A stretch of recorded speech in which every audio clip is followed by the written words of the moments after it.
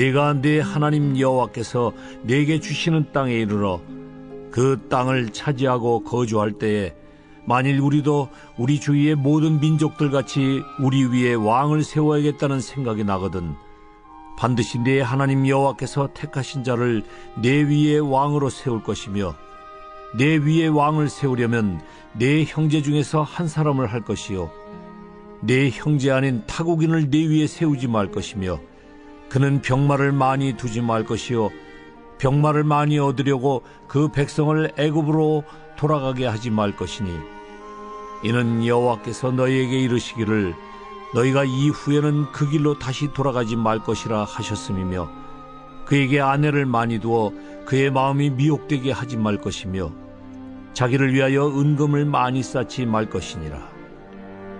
그가 왕위에 오르거든 이 율법서의 등사본을 레위 사람 제사장 앞에서 책에 기록하여 평생에 자기 앞에 두고 읽어 그의 하나님 여호와 경외하기를 배우며 이 율법의 모든 말과 이 규례를 지켜 행할 것이라. 그리하면 그의 마음이 그의 형제 위에 교만하지 아니하고 이 명령에서 떠나 좌로나 우로나 치우치지 아니하리니 이스라엘 중에서 그와 그의 자손이 왕위에 있는 날이 장구하리라.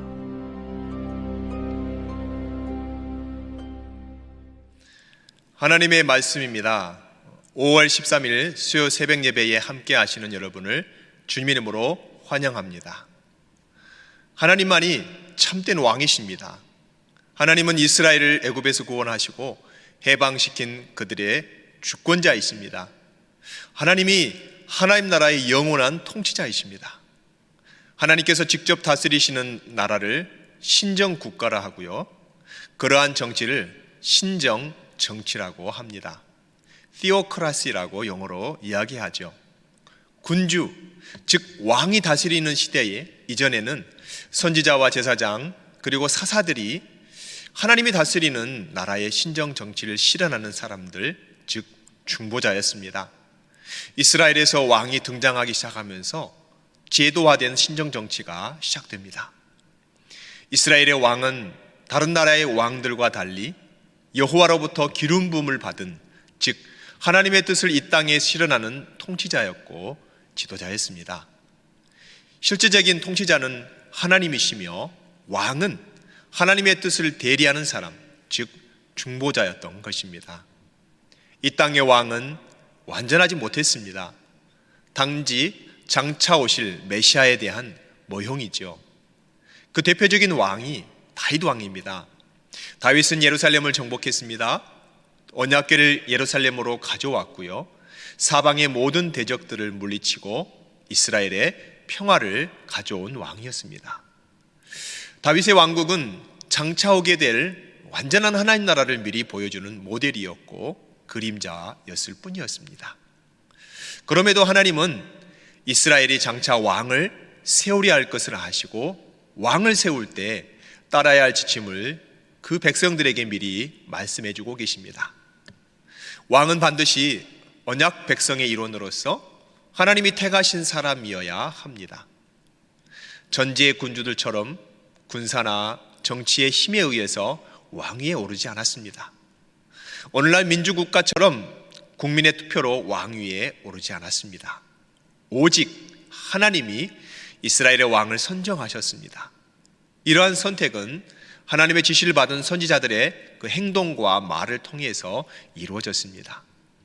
사무엘 선지자가 하나님의 지시를 받아서 이스라엘의 초대 왕 사울을 세울 때 사무엘상 10장 24절에 보면 이렇게 기록이 되어 있습니다. 사무엘이 모든 백성에게 이르되 너희는 여호와께서 택하신 자를 보느냐? 모든 백성 중에 짝할 리가 없느니라 하니 모든 백성이 왕의 만세를 외쳐 부르니라 라고 기록되어 있습니다. 또 사무엘이 이어서 다윗을 이스라엘 왕으로 기름 부을 때 사무엘상 16장 12절 말씀을 보면 이렇게 기록되어 있습니다. 이에 사람을 보내어 그를 데려오매 그의 빛이 붉고 눈이 빼어나고 얼굴이 아름답더라. 여호와께서 이르시되 이가 그니 일어나 기름을 부으라 하시는지라 라고 기록되어 있습니다.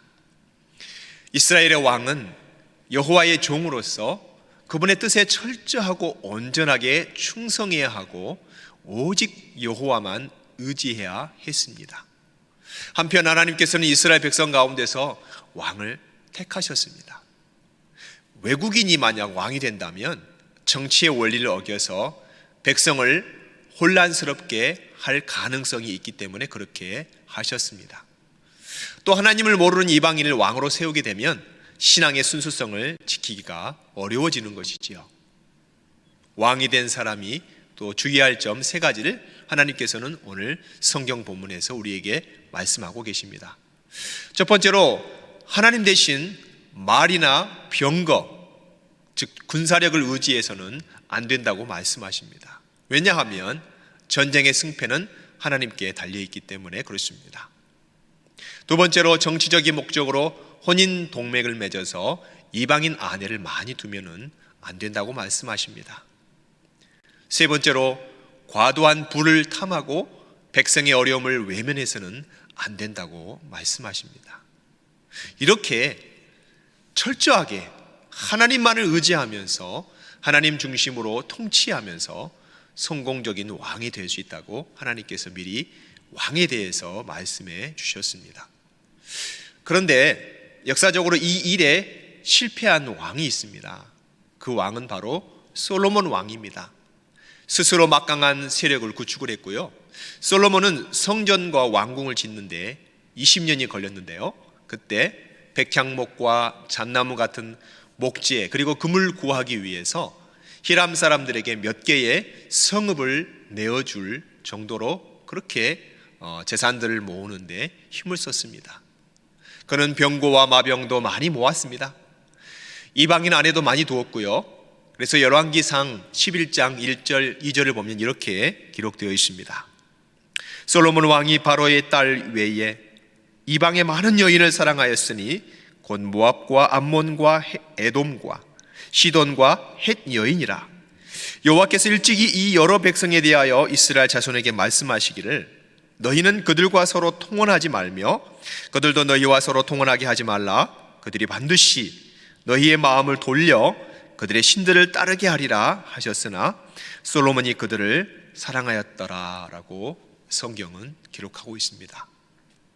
솔로몬은 은금을 자기를 위하여 많이 쌓지 말라고 하신 하나님의 경고를 소홀히 했습니다. 하나님께서는 하나님의 백성을 다스리시는 지도자들이 재물이 아니라 하나님 신뢰하기를 바라셨습니다.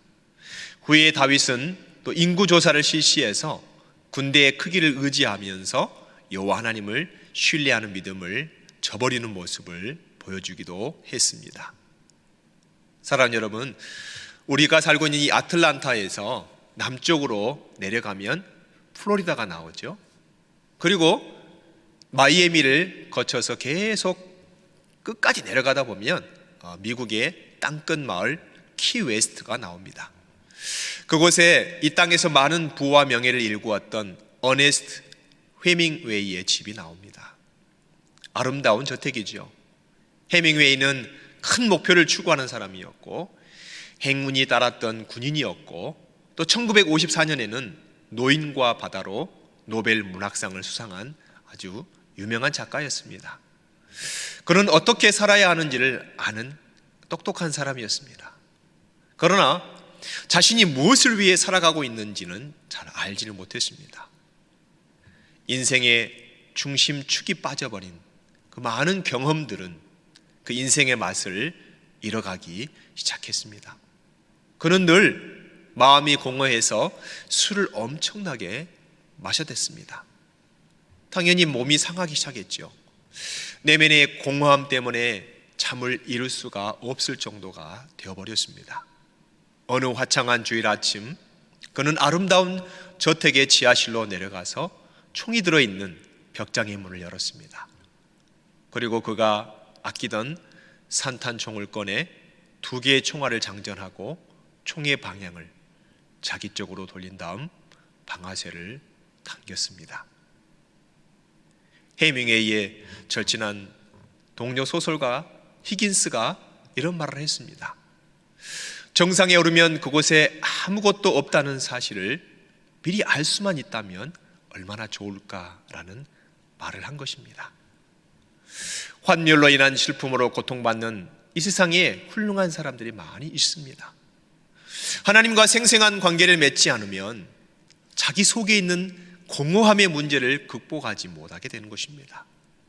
하나님만이 그 빈 곳을 채워주시고 인간의 경험을 의미 있는 것이 되게 해주실 수가 있으십니다. 이 사실은 평범하게 하루 벌어서 하루 먹고 사는 사람이나 한 나라의 통치장인 왕이나 또 이 시대의 대통령으로 사는 사람이나 다 똑같습니다. 언약 백성의 왕, 하나님이 세우신 왕은 열방의 왕, 즉 이 세상의 왕과 본질적으로 달라야 한다고 오늘 성경은 말씀하고 계십니다. 열방의 왕, 즉 세상의 왕은 막강한 권력을 가지고 백성 위에 군림하지만 언약 백성의 왕은 하나님의 종으로서 겸손히 백성을 섬겨야 한다 말씀하고 계십니다. 이처럼 철저한 하나님 중심의 삶을 사는 왕이 되기 위해서는 하나님의 말씀을 공의로운 그 통치 원리의 기초로 삼아야 되는 것이죠.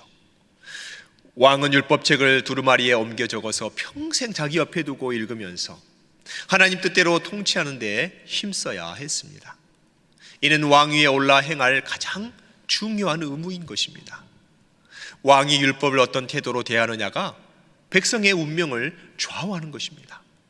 왕이 하나님을 경외하고 말씀대로 행할 때 자만과 독선에 빠지지 않고 겸손하게 백성을 보살필 수가 있습니다. 하나님 말씀을 통치 원리로 삼을 때 전능자의 보호하심 아래 왕권이 견고하고 장구해지는 것이죠. 아주 길어질 수 있는 것입니다. 항상 하나님의 말씀을 묵상하고 그 말씀을 기준으로 판단하고 실행하는 지도자가 공동체를 진정한 안위로 이끌 수가 있습니다. 우리가 잘 알고 있는 이 미국의 16대 대통령 아브라함 링컨의 그 집무실 책상에는 어머니가 유산으로 남겨주신 오래된 성경책이 있었다고 합니다. 그는 남북전쟁에서 승리하고 노예 해방과 미국 통합을 이루기 위해 힘쓰다가 그가 난관에 대할 때마다, 난관을 만날 때마다 그는 늘 그 성경을 들고 읽기 시작했습니다. 그리고 용기와 지혜를 얻어서 어떤 어려움도 포기하지 않고 앞으로 뚫고 나아갈 수 있었습니다. 그는 성경을 통해서 힘을 얻어서 위대한 업적을 이루었습니다. 그가 이야기합니다. 하나님이 내게 주신 가장 큰 선물은 성경입니다. 우리가 아름다운 열매를 거둘 수 있는 깊은 말씀 묵상을 통해서 우리가 새 힘을 얻어서 그 말씀을 실천할 때 우리 인생의 아름다운 열매를 맺을 수 있는 것입니다. 우리의 몸도 마음도 연약하지만 하나님의 말씀을 읽고 묵상하고 또 기도하면서 하나님께 깊이 나아갈 때 하나님께서 우리에게 매일매일 새 힘을 주시는 것입니다. 사랑하는 성도 여러분, 우리는 왕 같은 제사장으로서 마음 중심이 하나님 보시기에 합당한 자로 살아가야 합니다. 자신의 탐욕이 아니라 성령의 소욕에 따라 행하고 주님의 말씀을 힘써 묵상하고 순종해야 하는 것입니다. 신실한 왕을 통해서 이스라엘을 거룩한 나라로 세우신 하나님이 이제 이 시대에는 왕 같은 제사장과 같은 우리를 통해 이 세상을 다스려 나가고 계십니다. 우리에게 하나님께서 진짜 왕을 보내주셨습니다. 그분이 누구십니까? 바로 예수 그리스도이십니다. 예수님은 하나님의 모든 능력과 권세를 가지시고도 철저히 말씀대로 순종하셔서 십자가에 달려 죽으시고 다시 부활하셨습니다. 우리는 참된 왕 예수 그리스도를 섬기는 왕 같은 제사장들입니다. 바라옵기는 오늘도 왕이신 예수님을 따라서 십자가의 길을 걸어가는, 그래서 말씀과 기도로 또 주님과 동행하면서 늘 매 순간 승리하시고 이 어려운 시기에 많은 믿음의 열매를, 믿음의 아름다운 사연들을 만들어내는 저와 여러분의 복된 삶이 되시기를 예수님의 이름으로 축원드립니다. 우리 함께 기도하겠습니다. 전능하신 하나님, 우리 하나님께서 이 세상의 진정한 왕이 되십니다. 하나님 아버지, 우리 눈에 보이는 그 지도자들이 또 하나님의 뜻을 행하는 거룩한 지도자들 될 수 있도록 인도하여 주시옵소서. 그들이 군대의 힘이나 재정의 힘이나 어떤 정치적인 힘을 의지하는 것이 아니라 하나님을 두려워할 줄 아는, 경외할 줄 아는 그런 지도자들이 되기를 간절히 축복합니다. 하나님, 우리 삶의 주위에 있는 많은 리더들을 축복하며 기도합니다. 그들이 하나님을 배우게 도와주시옵고 하나님이 주신 지혜의 말씀, 생명의 말씀, 능력의 말씀을 늘 가까이 함으로 말미암아 진정한 이 땅의 평화를 가지고 오고 또 진정한 생명을 전해주는 리더들로 쓰임받을 수 있도록 인도하여 주시옵소서. 주님의 몸된 교회를, 또 주님의 제자된 하나님 나라의 백성들을 이 땅의 왕같은 제사장으로 세워주셔서 진실로 감사합니다. 하나님의 말씀 중심으로 살아가면서 왕같은 제사장인 우리들이 오늘도 이 어려운 시기에 무엇을 어떻게 해야 할지, 누구를 위해서, 무엇을 위해서 살아가야 할지 목표를 바르게 세우고 주님과 동행하며 능력 있게 행하며 하나님의 뜻을 행하는 거룩한 백성들 될 수 있도록 인도하여 주시옵소서. 우리 연합의 모든 교우들이 또한 그렇게 쓰임받게 되기를 간절히 축복하며 기도합니다. 이제는 우리의 참된 왕이신 예수 그리스도의 은혜와 참복의 근원이 되시는 아버지 하나님의 사랑과 성령님의 교통하심이 왕 되신 주님의 권위에 순복하며 많은 열매 맺고 살아가기를 소원하는 연합의 모든 성도들과 바이러스와 싸우고 있는 의료진들과 연구진들 위해, 미국 땅과 조국 대한민국 위에, 선교지와 우리 선교사님들 위해 지금부터 영원토록 함께 하시기를 간절히 축원하옵나이다. 아멘.